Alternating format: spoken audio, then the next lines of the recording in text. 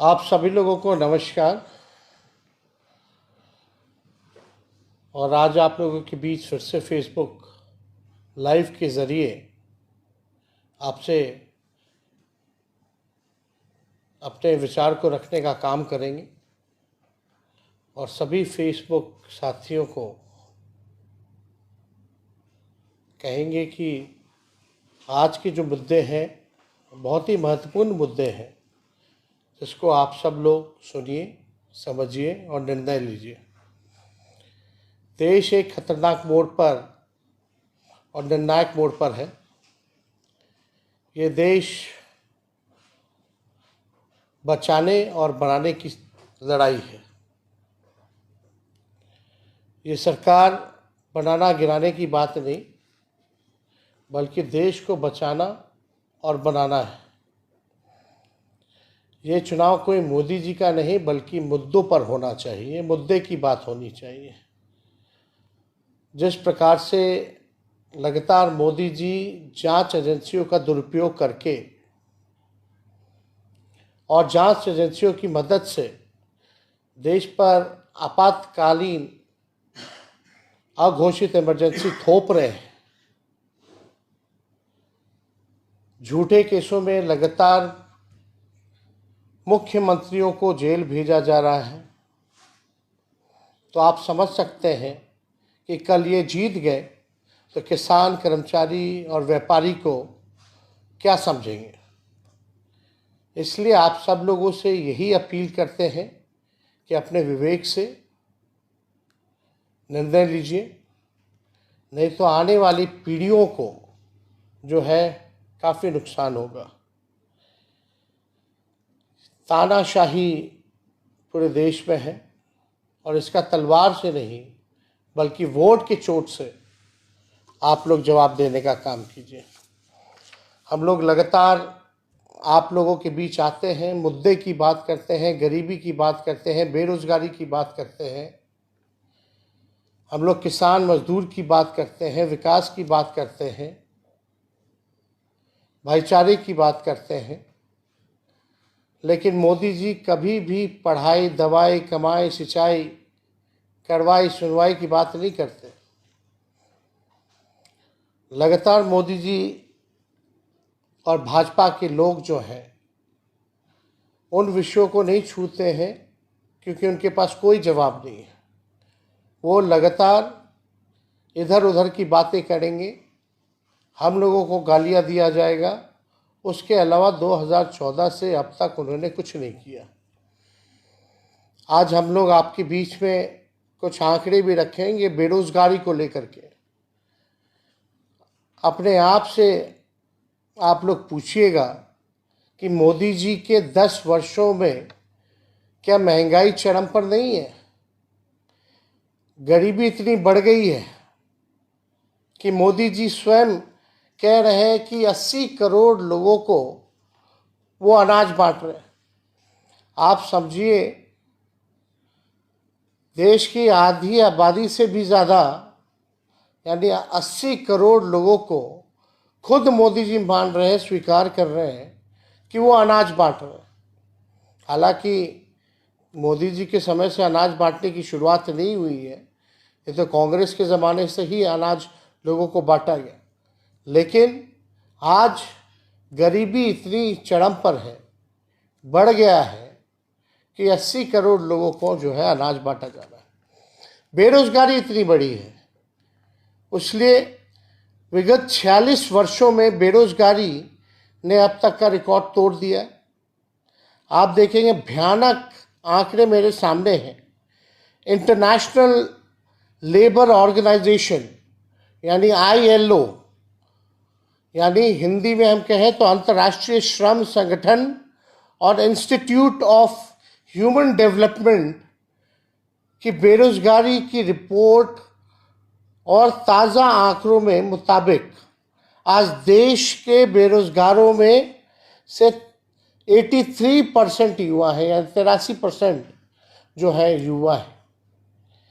पढ़े लिखे युवाओं में बेरोजगारी दर जो है 65.5% है, यानी जो पढ़े लिखे युवा हैं उसमें भी 65% है।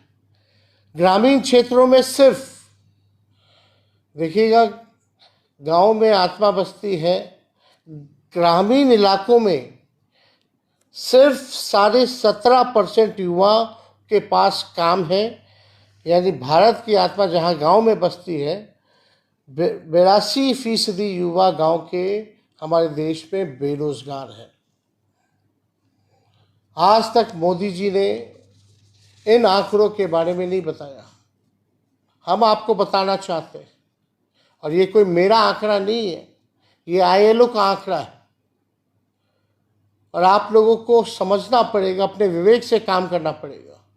मुद्दे पर चुनाव होना चाहिए, ना कि किसी एक व्यक्ति की बात है। इसलिए मोदी जी कहते हैं, लगातार 400 पार की बात करते हैं, लेकिन मोदी जी ना नौकरी की बात करते हैं, ना रोजगार की बात करते हैं, ना छात्र नौजवान की बात करते हैं, ना किसान मजदूर की बात करते हैं, ना गांव और गरीब की बात करते हैं। मोदी जी ना शिक्षा स्वास्थ्य के बारे में बात करते हैं, स्कूल अस्पताल के बारे में नहीं बात करते। फिर किस बात पर देश की जनता 400 पार करेगी? अगर मोदी जी मुद्दे पर बात नहीं करेंगे तो 400 क्या, 100 भी पार नहीं हो पाएगा। इसलिए मोदी नहीं, मुद्दे की बात होनी चाहिए। आज आप लोगों के सामने हमने आंकड़ा रखा, लेकिन मोदी जी ने क्या क्या कहा था, आप खुद से सवाल पूछिए। 2014 में NDA को 40 में से 33 सीटें मिली थी, और 2019 में NDA को 40 में से 39 सीटें जो है वो मिली। 10 वर्षों से ऊपर नीचे डबल इंजन की सरकार है। मोदी जी के आने के बाद क्या तब्दीली हुई आपकी जिंदगी में, जरा इस पे सोचिएगा। मोदी जी ने 10 वर्षों में आपके गांव को क्या दिया? मोदी जी ने 10 वर्षों में आपके जिला, क्षेत्र, प्रदेश को क्या दिया? मोदी जी ने क्या आपके गांव में अस्पताल बनवाया? क्या स्कूलें अपग्रेड की? क्या आपके जिला के क्षेत्र में उद्योग लगाया? क्या 10 वर्षों में निवेश बिहार में आया? क्या 10 वर्षों में जितना निवेश और विकास गुजरात में हुआ है, क्या उतना बिहार में हुआ है? ये सवाल जो है आप सब लोगों को पूछना चाहिए। मोदी जी ने क्या वादा किया था पिछले बार कि 2022 तक जो है किसान भाइयों का आय दुगना कर देंगे। क्या आय दुगना हुआ किसानों का? किसान जो है आंदोलन कर रहे हैं, लेकिन मोदी जी के पास समय नहीं है उनसे बात करने के लिए, उनके समस्याओं का हल करने के लिए। मोदी जी ने कहा था जिसका घर नहीं उसको पक्का मकान देंगे 2022 तक। क्या उन गरीबों को क्या पक्का मकान मिला? ये सवाल पूछेगा। मोदी जी ने कहा था स्मार्ट सिटी जो है वो बनाने का काम करेंगे। क्या आपका पटना या बिहार में जो चुने गए थे स्मार्ट सिटी के नाम पर, क्या वो शहर स्मार्ट बने? ये सवाल पूछिए। स्थानीय मुद्दे, 2 करोड़ नौकरी की बात उन्होंने कही थी, 10 साल में 20 करोड़ हो जाता। कितनों को मोदी जी ने सरकारी नौकरियां देने का काम किया? सरकारी नौकरी तो छोड़िए, जो पदे जो रिक्त हैं उसको भी भरने की कवायद शुरुआत नहीं की गई। जो भारत सरकार में 15-15 लाख रुपए क्या खाते में आए?